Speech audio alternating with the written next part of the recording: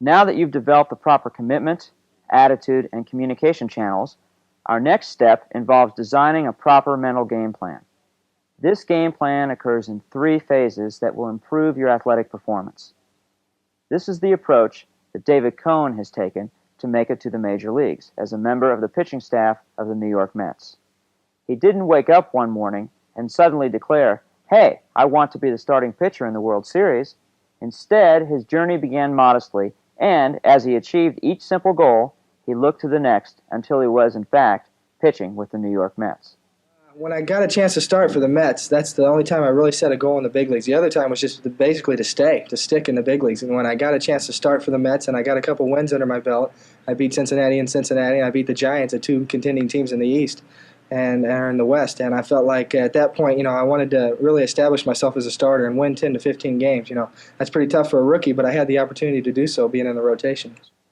As Cone or many other big leaguers can tell you, there are no shortcuts.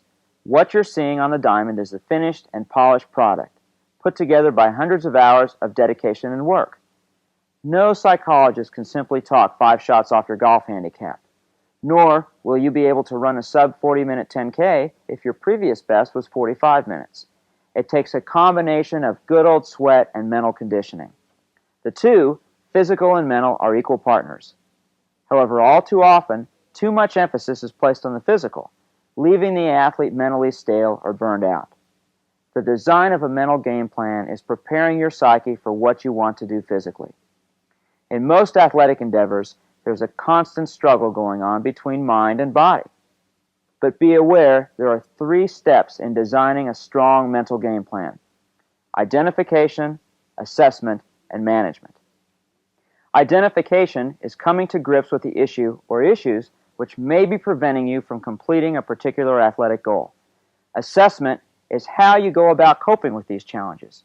And finally, management is preparing for and dealing with those challenges. Let's get back to identification, or figuring out exactly what kind of challenge exists and how it impedes performance. First, you must sit down and examine your performance, looking for any problems that may have a negative impact on your progress.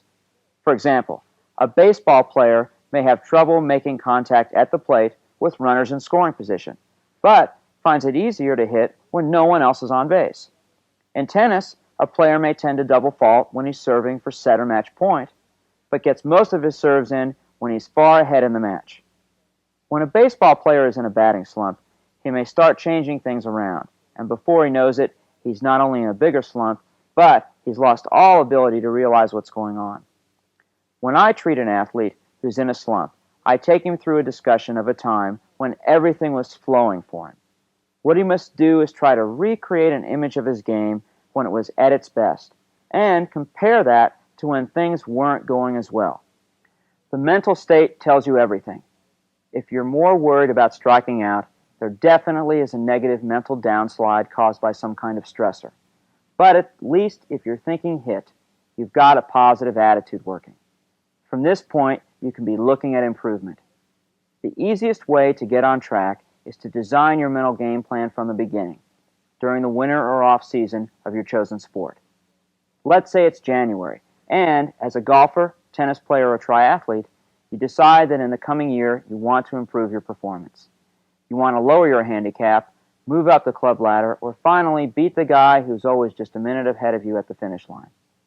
Again, the first thing you do is look at your goals and identify the obstacles in the way. Sit down and actually write out your short and long-term goals. Tack them up on your desk so you see them frequently. Once you've established a long-range goal, then decide just how to get to that destination. You get there with short-term goals or evaluating your game step by step. In the coming cold weather months, you might do some reading about the fundamentals of chipping and putting. Make sure that you take the specifics, the putting, the chipping, the bunker play. You take maybe pitching from a certain distance, the finesse part of the game that's quite often overlooked when you're trying to just come out and play as often as you can instead of not making the opportunity to practice.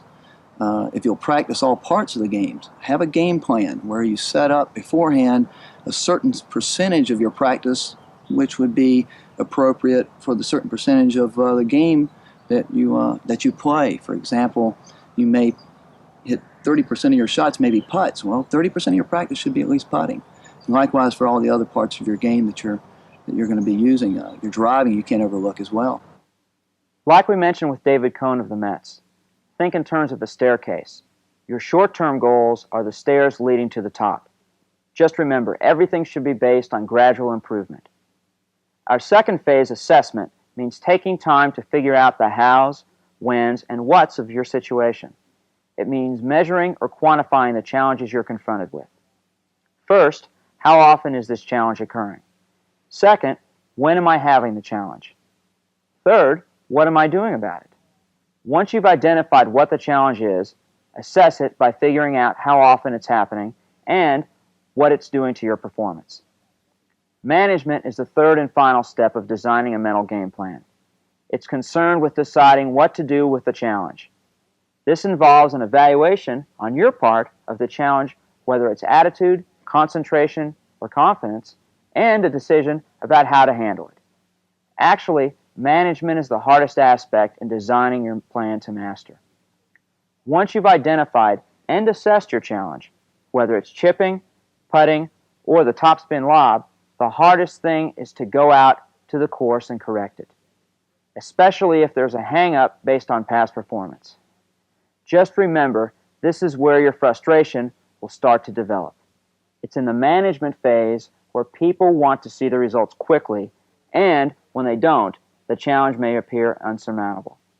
All too often, athletes admit that they need to work on a certain aspect of their game, but don't take the time to actually do something about it. Admitting that you have a weak area is one thing, but accepting it and working on it is another.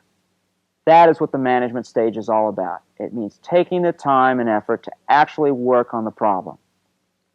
Management is concerned with such things as writing journals, to designing relaxation and visualization exercises to assist you with your performance, to help you achieve your goals.